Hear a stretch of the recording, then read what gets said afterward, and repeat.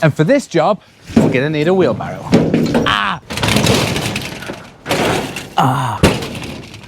Day 2 of turning this old neglected garden into a masterpiece. Day 2 of turning this old neglected garden into a masterpiece. And today we've got a huge problem. The fruit cage hasn't got any fruit in it. So we're gonna start by clearing out the beds. And the weather is really not on our side today. It's windy, raining, and a bit miserable, like it always is in England. So this metal structure is our fruit cage. And a few years ago, this was thriving with grapes, pears, plums, apples, cherries, all different kinds of fruits in every single bed. Everything had a purpose and everything had a reason. Now look at it, derelict, neglected. None of this is even worth keeping as it stands. And do you know what? In our fruit cage, not one piece of fruit. Now the first step is to relocate some of these pots that are easy enough to move without getting help.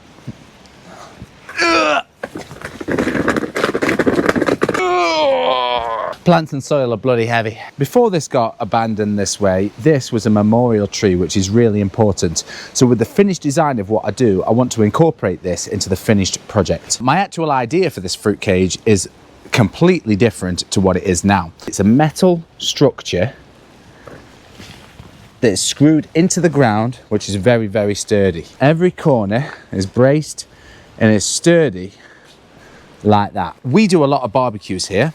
And we do a lot of cookouts where we do jerk Jamaican food for the people in need and the people in the community that want to come down and experience it. But we have to set up marquees, normally in this area right here. And then what that means is a big setup and pat down process, and we have to get all the stuff that's in there out, and it's not secure, and it's a lot of moving around, and everything just gets a bit of a mess. And this thing, the fruit cage in general, is just a little bit of an eyesore. I'm sure you'll agree. It doesn't look pretty, does it? It just doesn't look pretty. So my thoughts are, I'm going to use the structure, the outer structure and the strong, sturdy metal structure, remove everything out of it and repurpose all the planters in different areas around the garden.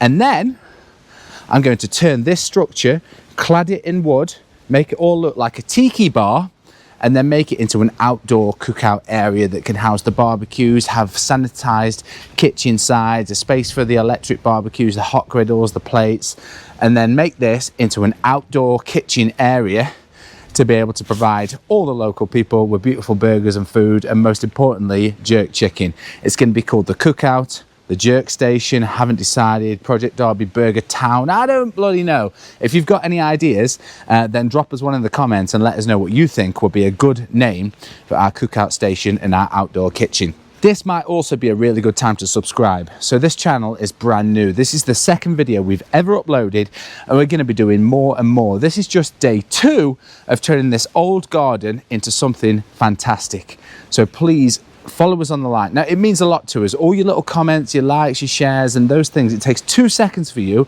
It means the world to us because it helps us get traction, and it helps the algorithm understand what kind of people are watching us and what kind of people like us. So there's essentially 2 parts to this garden. We've got the summer house. People can go in, they can spend time, they can play darts. Just pop the light on.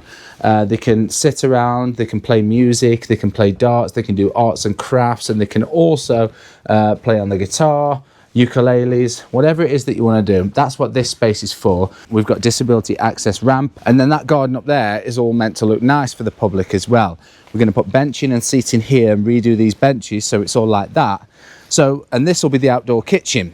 So what I'm trying to say is that this part of the garden, like here, that way, and all the top bit up there, is all for the public. And then this side, like the polytunnel, the compost heaps, the watering system, the tool sheds, the dangerous stuff, the stuff in the other sheds and everything else, might not be as accessible to children.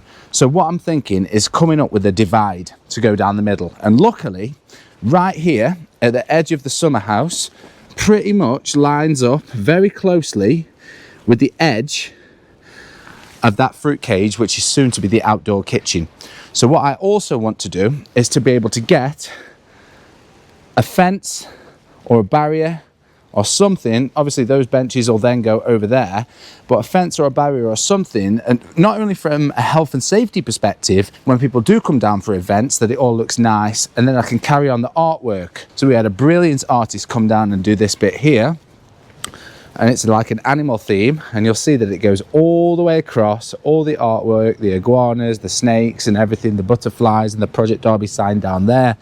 Then it carries on to what my mum did. So she did like the farmyard animals and the tree and the oak and the fox and things like that. But what I want to do is carry on that artwork all the way down into the barrier.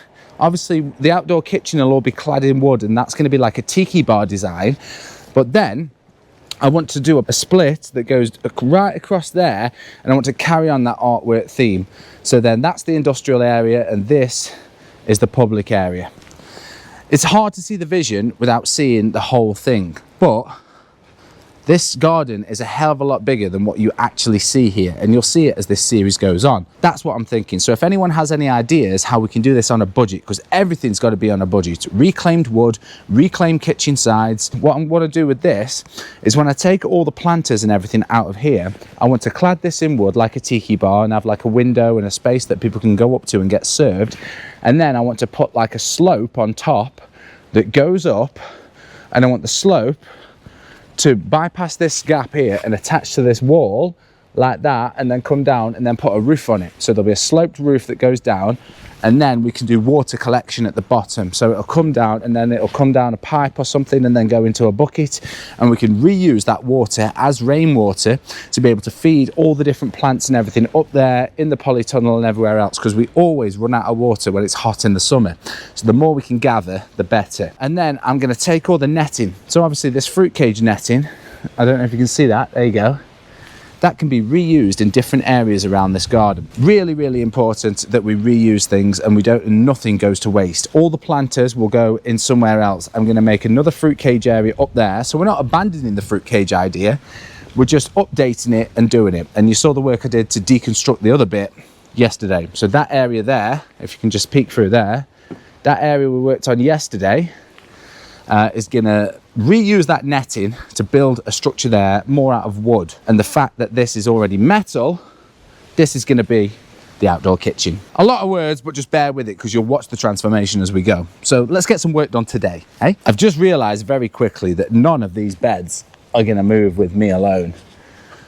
We're going to have to take the plants out. We're going to have to empty them because none of these plants are useful anyway. So step one is getting the plants out and getting the soil out of there into a different kind of container so we can remove them from this area. Big job, but let's do that. So we're going to start with the smallest planters that are easiest to manage, like this one here, and work our way up. First job, snip off the plants so we know what we're working with. Actually, you know what? For weeds, they're coming out really easily. Just made my life a little bit easier. And there we have it. All the plants out in a nice clean bed. Now if I could move that on its own, I would, but it's just way too heavy. So what I'm going to have to do, albeit I don't want to, is take out this soil, put it into a different container so I can move the planter, and then we're probably going to have to redistribute the soil back into that planter somewhere else in its new home. And for this job, we're going to need a wheelbarrow. See, I wanted to do like some really cool spin then, like, oh, there we go, there we go. And for this job, we're gonna need a wheelbarrow. Woo! And for this job, we're gonna need a wheelbarrow. Ah, I'm trying. And for this job, we're gonna need a wheelbarrow. Now that was smooth. See, this is actually really high quality soil. So we can certainly reuse this for something else.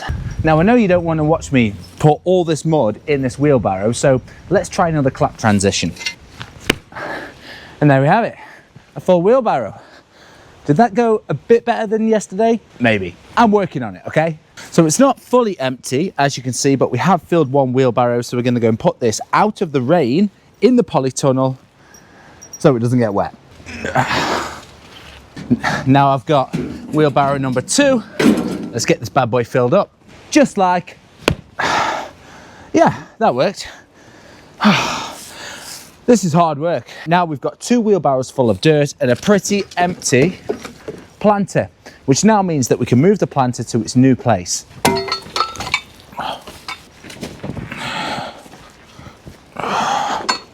So as you can see, we've made a bit of a mess, which we will clean up, but everything has to get worse before it gets better. Second wheelbarrow is full. That's going to go in the polytunnel so the soil doesn't get wet and doesn't get ruined. Now, I did notice a few things. When I took that planter apart and lifted it up after all the soil had been in there, bearing in mind this has been there for about 3, 4, 5 years or something, and the wood was never treated, you'll see that it is literally falling apart. So I'm trying to think, do we restain it? Do we treat it? Do we try and fix it? And what is the process? Is there any use for an old planter like that that's a little bit battered? The sides seem fine. The sides seem okay. It's these top bits. So I say we replace those top bits of wood, refill it, restain it, and ultimately find a new home for it up there in the new fruit garden. So let's move it up there. And of course, firewood. Let's go put this somewhere nice. I was thinking of putting some of them plant pots in the area that we actually cleared out yesterday, but there's a lot of crap on the floor, so let's brush it up. So I'm thinking it'll be nice in this little area here to put that plant pot there. Obviously there's some debris, leaves and other stuff on the floor, so let's get it done.